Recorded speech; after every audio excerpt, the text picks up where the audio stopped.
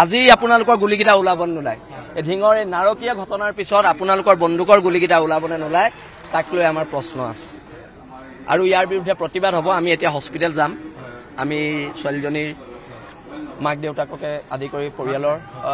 ক্ষমা কৰিব আমি গৈ পেলাই লগ কৰিমগে তেওঁলোকৰ ঘৰৰ মানুহক আৰু যদি ছোৱালীজনীৰ ভৱিষ্যতৰ কিবা দায়িত্ব ল'বলগীয়া হয় আমি আমাৰ সংগঠনৰ ফালৰ পৰা সেইখিনি দায়িত্ব আমি ল'ম এই বিষয়ে তেওঁলোকৰ ঘৰৰ মানুহৰ লগত আমি পাতিম আৰু এতিয়া প্ৰথম কথাটো হৈছে ছোৱালীজনী সুস্থ হৈ উঠাটো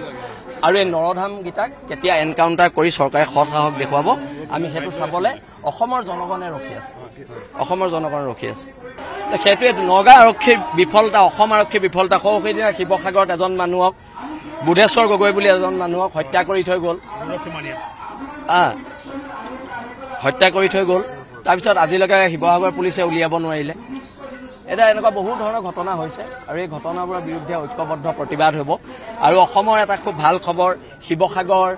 তিনচুকীয়া তাৰপিছত নগাঁও সকলোতে একত্ৰিত হৈ ৰাইজ ওলাই আহিছে নিজৰ আজন্ম অধিকাৰৰ বাবে নিজৰ আজন্ম আহিবলগীয়া প্ৰজন্মৰ সুৰক্ষিত ভৱিষ্যতৰ কাৰণে আমি আগৰ পৰাই কৈছোঁ এই সংগ্ৰাম কাৰ কাৰণে এই সংগ্ৰাম হৈছে ভৱিষ্যত প্ৰজন্মই অসমৰ ৰাজপথত সুৰক্ষিতভাৱে খোজ কঢ়াৰ সংগ্ৰাম আজি ঢিঙৰ ৰাজপথত ছোৱালী এজনী খোজকাঢ়ি স্কুলৰ পৰা ঘৰলৈ আহিব নোৱাৰে তাতকৈ দুখৰ আৰু লজ্জাৰ কথা আছেনে এই চৰকাৰখনৰ কাৰণে এই সমাজ ব্যৱস্থাটোৰ কাৰণে ইয়াৰ বিৰুদ্ধে প্ৰতিবাদ হ'ব বিফলতা চূড়ান্ত বিফলতা আৰু অসম আৰক্ষীয়ে বিফলতা অসম আৰক্ষীয়ে লুকুৱাব বিচাৰিছে কিন্তু এতিয়া অসমৰ জনগণ সজাগ হৈছে আৰু এই দুষ্কৃতিকাৰী চক্ৰবোৰৰ বিৰুদ্ধে ঐক্যবদ্ধ সংগ্ৰাম কৰিবলৈ যিটো সংগ্ৰাম আমাৰ শিৱসাগৰৰ পৰা আৰম্ভ হৈছিলে ঐক্যবদ্ধ সংগ্ৰাম যেতিয়ালৈকে ক্ৰেডিট লোৱা সংগ্ৰাম থাকিব তেতিয়ালৈকে কোনো আন্দোলন সফল নহয় সেইকাৰণে ঐক্যবদ্ধ সংগ্ৰাম কৰিবলৈ সকলোকে আহ্বান জনাইছোঁ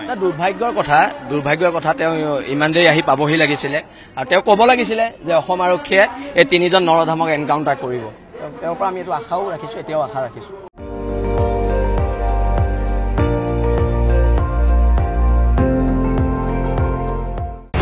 আপুনি চাই আছে ND24 সৰ্বশ্ৰেষ্ঠ নহয় সৰ্বোত্তমৰ দৌৰত